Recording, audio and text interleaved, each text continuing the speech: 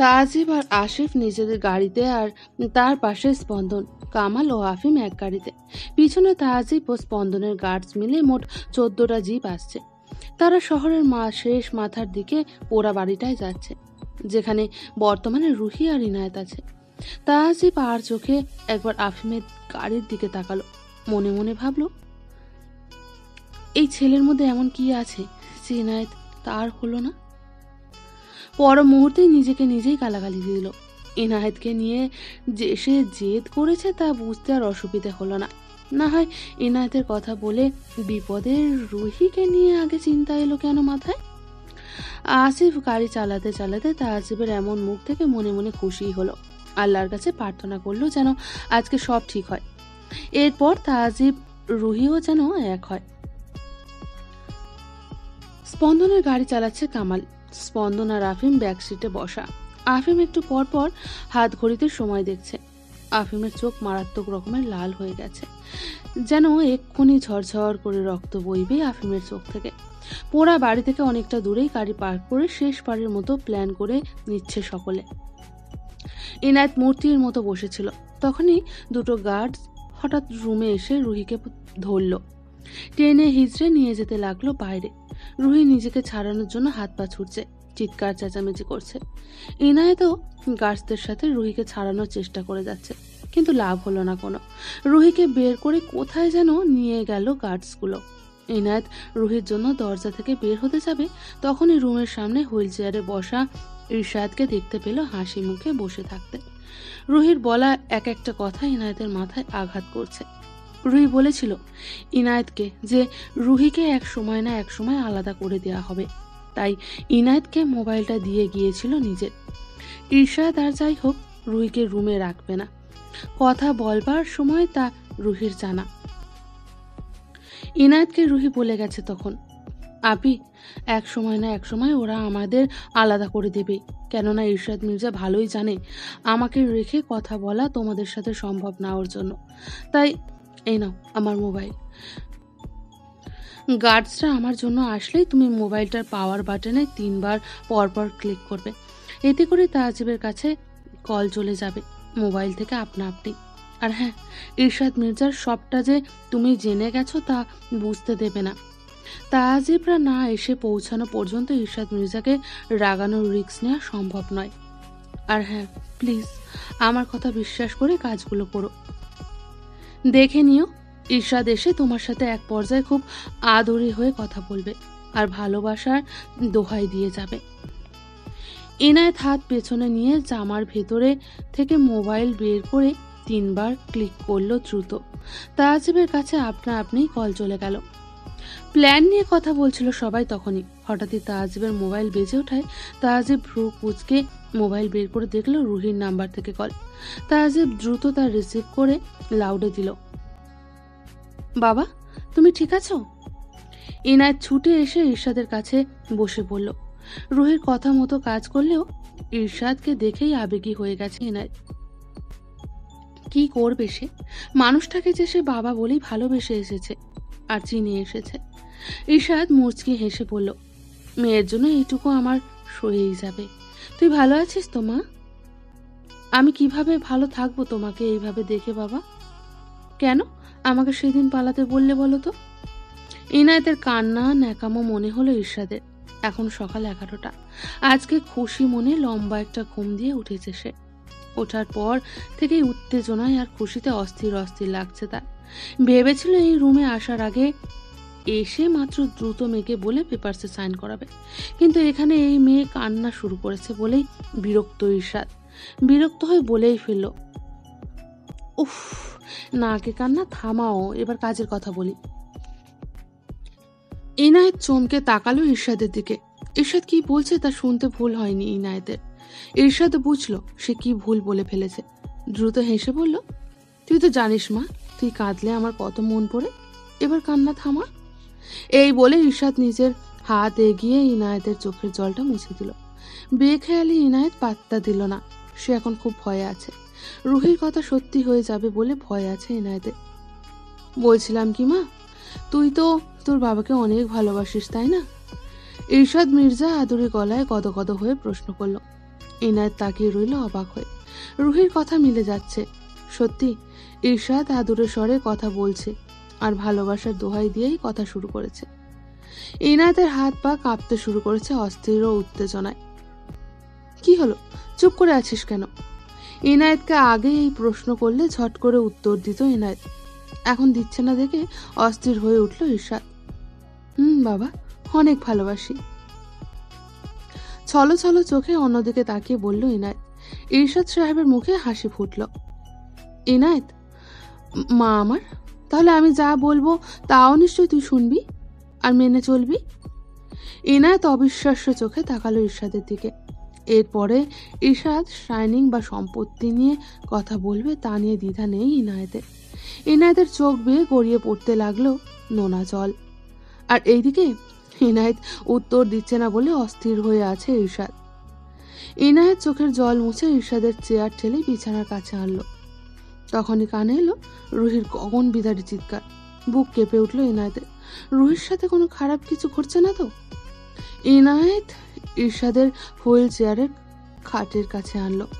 ইরশাদ বিরক্ত হয়ে বলল, আজীব, উত্তর না দিয়ে কি করছিস তুই? ইনায়েত তাচ্ছিল্য ভরে বাঁকা হাসল। সরি বাবা, তোমার সন্তান হলেও একজন মেয়ে। ইনায়েতের কথা ইরশাদ কিছুই বুঝল না। ইনায়েত নীরবে বিছানার উপর থেকে চাদরটা তুলে নিল। ইরশাদ ভ্রু কুঁচকে ইনায়েতের কাজ দেখছে।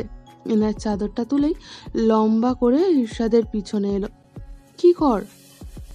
পুরো কথা বলার আগে আচমকা ইয়ার লম্বা চাদর দিয়ে ক্রমশ মুড়িয়ে যেতে লাগলো ইরশাদকে। হুইল চেয়ারের থেকে আলগা কিন্তু পুরো শরীর পেঁচানো অবস্থায় রয়ে গেল ইরশাদ, একেবারে মমির মতো। ইনায়েতের আচমকা এমন কাজ সে কল্পনাও করতে পারেনি। ইরশাদকে বিছানার চাদর দিয়ে বেঁধে ইনায়েত ইরশাদের সামনে হাঁটু ভাঁজ করে বসলো জল ভরা চোখে। কেন বাবা, কেন করলে এমন? নিজের মেয়ের সাথে এমন শত্রুতা করতে কষ্ট হলো না তোমার? সম্পত্তি যদি চাইতে তাহলে বলে দিলেই তো পারতে। আমার তো তোমাকে দরকার ছিল, কোনো সম্পত্তির প্রয়োজন তো আমার ছিল না। ইনায়েত মুখ চেপে ধরে হু হু করে কেঁদে ফেলল। ইরশাদ ছটপট করছে রীতিমতো। ইনায়েত কিছুক্ষণ সেইভাবেই কেঁদে দ্রুত নিজেকে সামলে নিল। রুহি বিপদে আছে, কথাটা মাথায় এলো তার। ইরশাদকে কোনো মতে টেনে খাটের মাঝখানে ফেলল ইনায়েত খুব সাবধানে। নারী মনের এই এক দোষ, হাজার আঘাত পেলেও সম্ভব হয় না ভালোবাসার মানুষটিকে আঘাত করা। ইনায়েত ইরশাদকে খাটের মাঝখানে রেখে হুইল চেয়ার ঠেলে ঘরের আর এক প্রান্তে পাঠিয়ে দিল। খাটের আশেপাশের হালকা পাতলা সব আসবাব, যেমন টেবিলের উপর থাকা ফুলদানি থেকে শুরু করে সবটাই সরিয়ে নিল সাবধানে। বিষয়টা ইনায়েতের জন্য সিনেমা না যে ইরশাদকে হুইল চেয়ারে বেঁধে চলে যাবে। ইরশাদ মোচড়া মুচড়ি করতে করতে কিছু একটা ফেলে দেবে, যার বিকট আওয়াজে চলে আসবে গার্ডস আর ধরা পড়বে রুহি ও ইনায়েত। এমন নাটকীয় কিছু মোটেও আশা করছে না ইনায়েত, তাই এই আয়োজন। সবটা একবার দেখে নিয়ে ইরশাদের দিকে একবার করুণ চোখে তাকালো ইনায়েত। চোখ বেয়ে গড়িয়ে পড়লো এক ফোঁটা জল। চোখ বন্ধ করে জোর একটা শ্বাস নিয়ে দরজার কাছে এসে উঁকি দিয়ে বাইরের অবস্থাটা দেখে নিল। গার্ডস নেই আপাতত কোনো। ইনায়েত দ্রুত জামার ভাঁজ থেকে ফোনটা বের করলো। তাজিব, স্পন্দন, আফিম, কামাল ও আসিফ এতক্ষণে টান টান উত্তেজনা নিয়ে সবটা শুনছিল। ইনায়েতের গলার স্বরে হ্যালো শুনে চমকালো সবাই। হ্যালো বনু, বনু তুই ঠিক আছিস? স্পন্দনের গলার আওয়াজ চিনতে কষ্ট হলো না ইনায়েতের। অন্য স্বাভাবিক সময় হলে ইনায়েত চমকাতো, কিন্তু এখন নিজের বাবার এমন ক্রূর রূপ দেখে সব কেমন যেন স্বাভাবিক আর সম্ভব মনে হচ্ছে ইনায়েতের। স্পন্দন ভাইয়া, বাপিকে আমি চাদর দিয়ে বেঁধে ফেলেছি, সাবধানে বেঁধে খাটের মাঝখানে রেখে দিয়েছি। হুইল চেয়ারের ঘরের আর এক কোনায় রেখেছি যাতে পৌঁছতে না পারে কোনোভাবে চেয়ার পর্যন্ত। খাটের আশপাশে সব আসবাবপত্র সরিয়ে ফেলেছি, যা ধাক্কা খেয়ে পড়ে আওয়াজ করতে পারে। দরজা খুলে বাইরে চেক করেছি, আমাকে যে রুমে রাখা হয়েছে সেই রুমের বাইরে গার্ডস নেই। এখন আমি কি করব? এর মধ্যেই অলরেডি একবার রুহির চিৎকার শুনেছি, ও নিশ্চয়ই বড় কোনো বিপদে আছে। আমি যাচ্ছি, তোমরা দ্রুত এসো। ইনায়েতের কথা শুনে গায়ে কাঁটা দিয়ে উঠল তিনজনেরই। না বনু, তুই যাস না, আমরা এখানেই আছি, আমরা আসছি। স্পন্দন দ্রুত উত্তর দিল। আফিমও এক প্রকার হুমকার দিয়ে পড়ল, ইনায়েত, ইটস মাই অর্ডার। খবরদার সাহসিকতা দেখাতে যাবে না একদম। তুমি রুমেই থাকো। আফিমের গলা শুনে ইনায়েতের মনে ভরসার আলো ফুটল। এর আগেও নিজের সত্যতা প্রকাশ পাওয়ার সময় এই মানুষটাকে ভরসা করে ঠকেনি সে। ইনায়েত উত্তরে কিছু বলতে যাবে, তখনই তাহজিবের গলা শুনতে পেল, চাঁদ, আই বেগ অফ ইউ, কিচ্ছু করো না, তোমাদেরকে আমরা সত্যিই বাঁচিয়ে নেব, বিলিভ করো। ইনায়েত চাঁদ সম্বোধন শুনেই বুঝলো তাহজিব খোদ নিজেও এসেছে এখানে। কিছু উত্তর দেবে বলে শ্বাস টেনে মুখ খোলার আগেই কারোর পায়ের শব্দ শুনল। দরজার কোণা থেকে দেখতে পেল দুজন গার্ড এইদিকেই আস্তে আস্তে কথা বলছে। এক গার্ড বলছে, জন স্যারের তো আজকে মজাই মজা, খাসা দুটো মাল পেয়েছে। আরেকটা গার্ড বলল, এর মধ্যেই একটা খাটে তো গেছে, আর একটা এতক্ষণে, এটারও নিশ্চয়ই দলিল সাইন করা হয়ে গেছে, তার জন্য এটাকেও নিতে পাঠালো। আগের গার্ডটা বিচ্ছিরি হেসে বলল, দুইটাই হুর এক বিছানায়। ওফ, স্যারের আজকে ভাগ্য খুলে গেল। কাজ শেষে তো আমরাই দুটোকে রুম থেকে বাইরে আনবো, তখন না হয় আমরাও চোখে দেখে নেবো একবার। এইটা বলেই গার্ড দুটো হাসতে লাগলো ওখানে দাঁড়িয়ে। ইনায়েত তো সবটা শুনলই, তার সাথে ফোনের অপর পাশে 5 জনও শুনল। হঠাৎই সবার আগে কামালের খেয়াল হলো কলার কানেক্টেড নেই।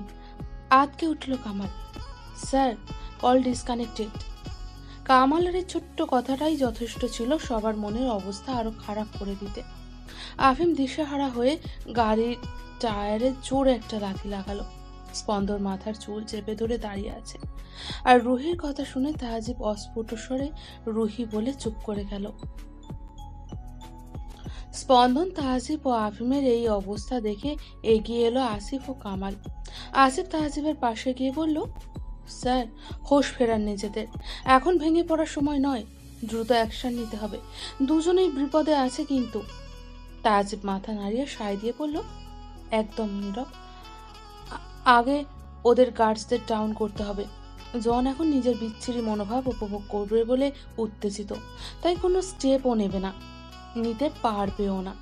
আর ইরশাদ এখনো বাধা অবস্থায় পড়ে আছে। আফিম হালকা ভেবে কথাগুলো বলল। স্পন্দন তখন বলে উঠল, ওকে। গার্ডসদের নিয়ে পায়ে হেঁটেই এগিয়ে যেতে লাগলো ওরা বাড়ির দিকে।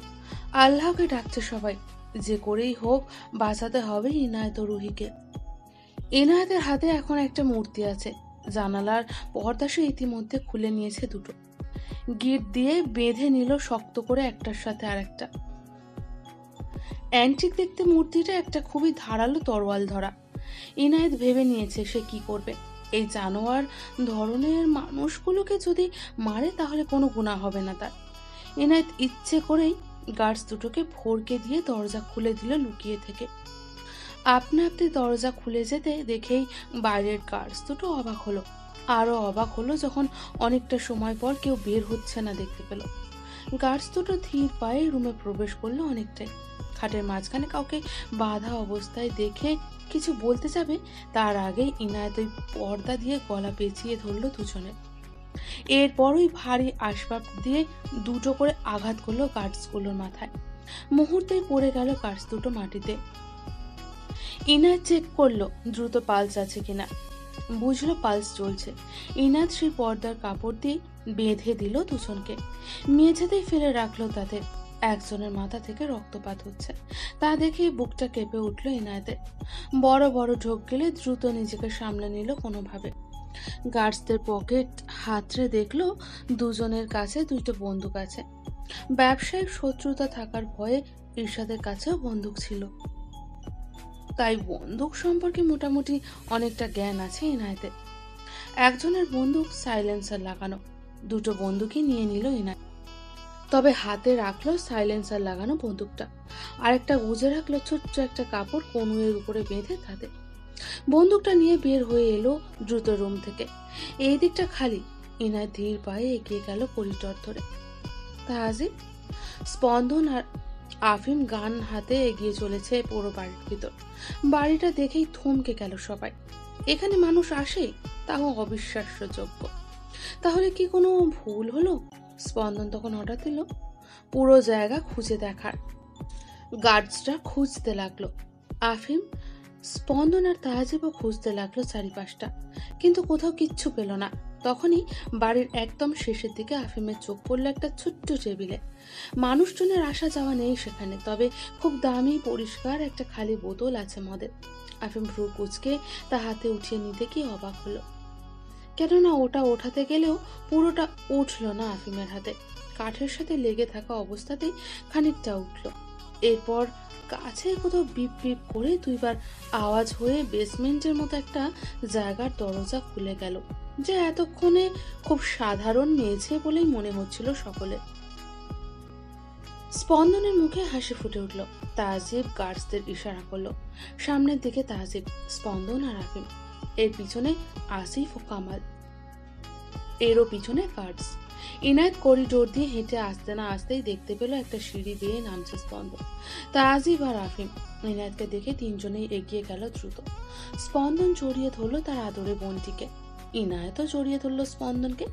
স্পন্দন ইনায়েতকে ছাড়তেই আফিম এগিয়ে এলো রাগী চোখে। হাতে এটা কি? নিজেকে কি হাসিনা পার্কার ভেবেছ? লেডি ডন হতে এসেছ? না, you are fired Inayat, you are fired. আফিমের কথাগুলো শুনে মুচকি হাসল ইনায়েত।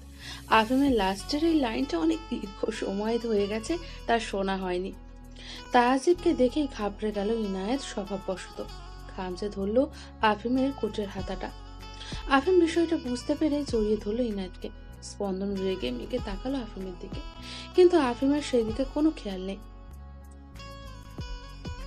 তাহজিব বিষয়টা বুঝতে পেরে এগিয়ে এসে বলল, আমার রুহি কোথায় ইনায়েত? ইনায়েত আস্তে করে ছেড়ে দিল আফিমের কোটের হাতা। মনে পড়ল কিভাবে তাহজিব তাকে বাঁচাতেই সবার সাথে লড়েছিল বলে বলেছিল রুহি। ইনায়েতের মনে পড়ে গেল ইরশাদের কথা। ইনায়েতের চোখে পানি জমল। আফিম শক্ত করে জড়িয়ে রাখলো ইনায়েতকে। ইনায়েত দ্রুত নিজেকে সামলে পড়ল, আমি জানি না, এই করিডোর ধরেই আমাদের এগিয়ে যেতে হবে। গার্ড সেখানে বেশি নেই বলেই মনে হচ্ছে। তাহজিব, আফিম আর স্পন্দন এগিয়ে যেতে লাগলো করিডোর ধরে। আসিফ আর কামালের পিছনে ইনায়েত। তাকে এখানে রেখে যাবে বলে সিদ্ধান্ত নিয়ে ফিরে তাকালো আফিম। ইনায়েত, তুমি আসিফ আর কামালের সাথে এখানেই থাকো প্লিজ। স্পন্দনও রাজি হলো এই কথায়। ইনায়েত শক্তভাবেই জবাব দিল, না, আমি যাব, আর এটা নিয়ে কোনো কথা হবে না, কারণ আমি মানব না স্যার। একটা দীর্ঘশ্বাস ফেলে এগিয়ে গেল সবাই। ইনায়েতও আসতে লাগলো। গার্ডস নেই ভেবেছিল সবাই, কিন্তু বোকামি ছিল তা। করিডোরের এই প্রান্তে প্রতি এক হাত পরপর গার্ডস, তা জানা ছিল না কারোরই। স্পন্দনের দেখে ভরকে যায় গার্ডস দুটো। শুট বলে চিৎকার করে উঠে গার্ডস দুটো। উপস্থিত প্রায় 12 জন গার্ডস একসাথে বন্দুক তাক করে এগিয়ে আসে। তাহজিব অস্থির হয়ে দাঁড়িয়ে আছে। দেখেই বোঝা যাচ্ছে সামনের দরজা পেরোলেই তার রুহি আছে এই জনের সাথে, না হয় এখানে এতগুলো গার্ডস রাখতো না। তাহজিব হাত হালকা বাঁকিয়ে পেছনে নিয়ে ইশারা করলো আসিফ ও কামালের দিকে, যাতে ওরা কেউ শুট না করে। 12 জন গার্ডস এসে যেই ঘিরে ফেলেছে, তখনই আচমকা পেছন থেকে এসে শুট করে দিল স্পন্দনের গার্ডসরা। আফিম, তাহজিব আর স্পন্দন ইনায়েতকে নিয়ে বের হয়ে এলো দরজার কাছে। আসিফ আর কামাল ব্যাকআপ হিসেবে আছে। তাদের সাথে খুব সাবধানে। ওইদিকে গোলাগুলি হচ্ছে বুঝতে আর কষ্ট হলো না তাদের। তাহজিব দ্রুত দৌড়ে গিয়ে দরজার লকে গুলি করলো পরপর 3টা। এরপর ছেলে ঢুকে পড়লো রুমে। ভিতরে ঢুকে যা দেখলো তা দেখে কলিজা কেঁপে উঠলো তাহজিব সহ সকলে। খাটে অবচেতন হয়ে পড়ে আছে রুহি। রুহির নাকে মুখে সব জায়গায় রক্ত, আর জন শোচনীয় অবস্থায় পড়ে আছে মাটিতে। ক্রমশ উঠে দাঁড়ানোর চেষ্টা করছে। তার পেটে আর হাঁটুতে গেঁথে আছে একটা করে কাঁটা চামচ, আর একটা পায়ের পাতায় গেঁথে আছে নাইফ। আসিফ ও কামাল এগিয়ে গিয়ে বন্দুক তাক করলো জনের দিকে। তাহজিব এগিয়ে গেল রুহির দিকে। বুঝতে অসুবিধে হলো না যে রুহির আবার শরীর খারাপ করেছে। তাহজিব রুহির পাশে বসে পড়ল। রুহির জামা কাপড়ের অবস্থা দেখে বোঝা যাচ্ছে তার সাথে প্রচুর জোর জবরদস্তি করার চেষ্টা করা হয়েছে। তাহজিব রুহিকে জড়িয়ে নিল নিজের বুকে। মেয়েটাকে নিয়ে ডাক্তার এমনিও ওয়ার্নিং দিয়ে দিয়েছে যেন 2 সপ্তাহের মাথায় হসপিটালাইজড করা হয়। আফিম ইনায়েতকে ধরে দাঁড়িয়ে আছে। ইনায়েত কান্না করছে। স্পন্দন এগিয়ে গেল জনের দিকে। নিজেকে কিছুটা স্বাভাবিক করে নিয়েছে জন। তাহলে এটা তোর কাজ। জন ঘৃণা ভরা চোখে তাকালো স্পন্দনের দিকে। তোকে একমাত্র আমি শেষ করবো এসে, তাই নিঃসন্দেহে এই কাজের সাহস শুধু আমারই। স্পন্দন লাথি বসিয়ে দিল জনের বুকে। জন পড়ে গেল হঠাৎ লাথি খেয়ে মাটিতে। কোকিয়ে উঠল জনার্থন। তাজিব ততক্ষণে রুহির জ্ঞান ফিরিয়েছে, চোখে পানির ছিটা দিয়ে। বেড সাইড টেবিলে খাবারের ট্রেটা রাখা ছিল। রুহির জ্ঞান ফিরতেই উঠে বসলো তাজিবকে ধরে। একটু সময় নিয়ে নিজেকে স্বাভাবিক করে তাকালো ইনায়েতের দিকে। ইনায়েত দ্রুত এলো রুহির কাছে। ঠিক আছে তুমি বোন? রুহি হালকা মলিন হেসে বলল, আমি ঠিক আছে আপি। জন তোমাকে স্পর্শ করেছে? তাজিবের শক্ত মুখ করে প্রশ্ন করা শুনে রুহি তাজিবের দিকে তাকাতেই দেখলো তাজিব রাগে বোম হয়ে তাকিয়ে আছে জনের দিকে, যে কিনা স্পন্দনের লাথি খেতে ব্যস্ত।